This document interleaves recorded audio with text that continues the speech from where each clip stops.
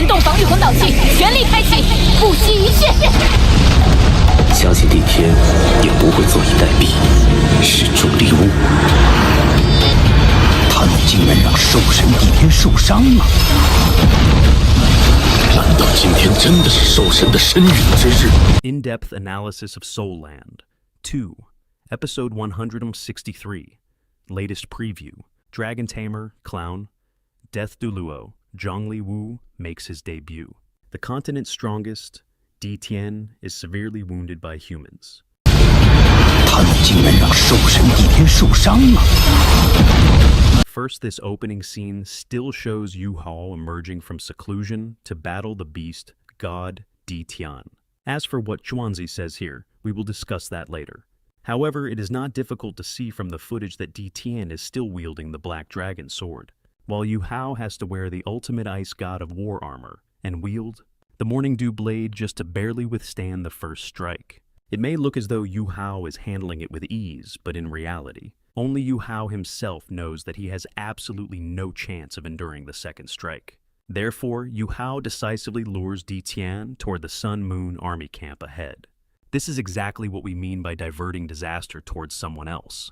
Activate the linked defensive soul tools at full power. Spare no cost. In this scene, Juzi hurriedly activates the linked defensive soul tools to stop the two of them. However, her true intention is primarily to help Yu Hao block Di Tian's attack. Naturally, Di Tian would never lower himself to relentlessly chase Yu Hao down.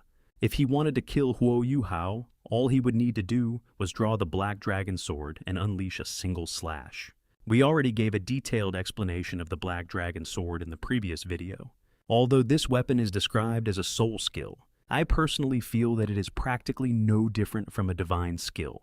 Its spatial slash alone is not something an ordinary ultimate Duluo could withstand. The Black Dragon sword carries the spatial laws comprehended by Di Tian. The trajectory of its sword energy tears through the void and descends directly upon its target. In other words, no matter how far Yu Hao runs, it will make no difference.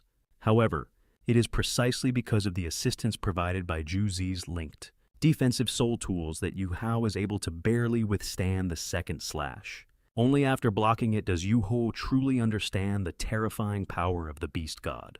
The Sun Moon Army's two linked defensive barriers are shattered almost simultaneously, and at least 50,000 soldiers and several hundred soul engineers are swallowed up. This scene, of course, shows Zhongli Wu joining forces with 11 titled Duluo Evil Soul Masters to hunt down Di Tian.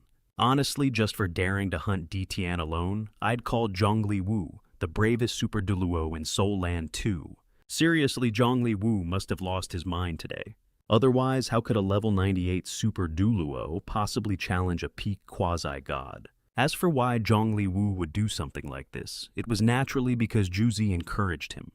In the original novel, Juzi says, "It's a pity that the Imperial Preceptor already possesses his 9th soul ring. Otherwise, this might have been the perfect opportunity to hunt him down. If someone could obtain the beast god Di Tian's soul ring, they would probably replace him as the strongest person in the world." Of course, Zhongli Wu was never after Di Tian's soul ring or soul bone. What he truly desired was Di Tian's physical body. You should know that Zhongli Wu's martial soul is called the Death God Devil Puppet. This martial soul possesses the innate ability to capture and tame beast spirits. That is precisely why Zhongli Wu has the Bone Dragon King, a powerful creature bestowed upon him by the Silver Dragon King. Because of this, Zhongli Wu has always coveted the bodies of powerful, ferocious soul beasts. Without question, the strongest ferocious soul beast in the world is Di Tian.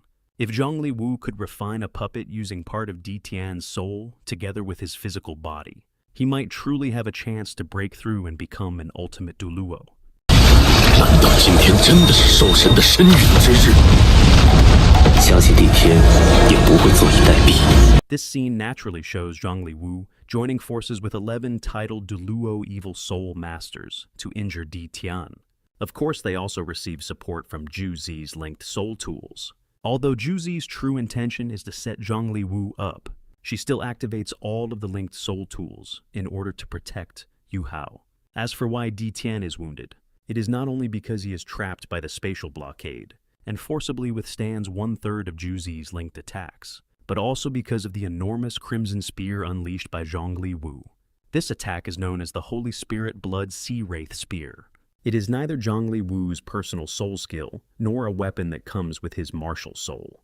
Instead, it is a forbidden evil technique jointly unleashed by the 12, titled Duluo Evil Soul Masters of the Holy Spirit Church. To cast this technique, they must sacrifice tens of thousands of souls and an immense number of vengeful spirits. The moment it is unleashed, it forcibly seals the surrounding space. Even though Di Tian is fully on guard, the Crimson Spear still pierces directly into his chest, landing only a short distance from his heart. Judging purely from his appearance, Di Tian is indeed gravely wounded at this point. As for the figure in the scene wielding 6 scythes, I believe that is Zhongli Wu's Death God True Body. I have to admit, Zhongli Wu's martial soul True Body looks incredibly impressive. 是主力物，宇浩，今日之事，本座记下了。 As for the final scene, it naturally shows Di Tian delivering a final warning before retreating. Without the slightest hesitation, Zhongli Wu leads more than 10 titled Duluo Evil Soul Masters into the Stardew Forest to hunt down Di Tian. Perhaps Zhongli Wu has spent so much time in the Evil Demon Forest that he has forgotten the Stardew Forest is home to several other Super Soul beasts. Not to mention the Demon Eye Tree King, or BG, even Sheng Jun alone would be enough to give them a disastrous fight. In the original novel, Yu Hao also provides an explanation. The Holy Spirit Blood Sea Wraith Spear carries terrifying resentment. Once it strikes its target, that resentment ravages the victim's body relentlessly until it completely devours them.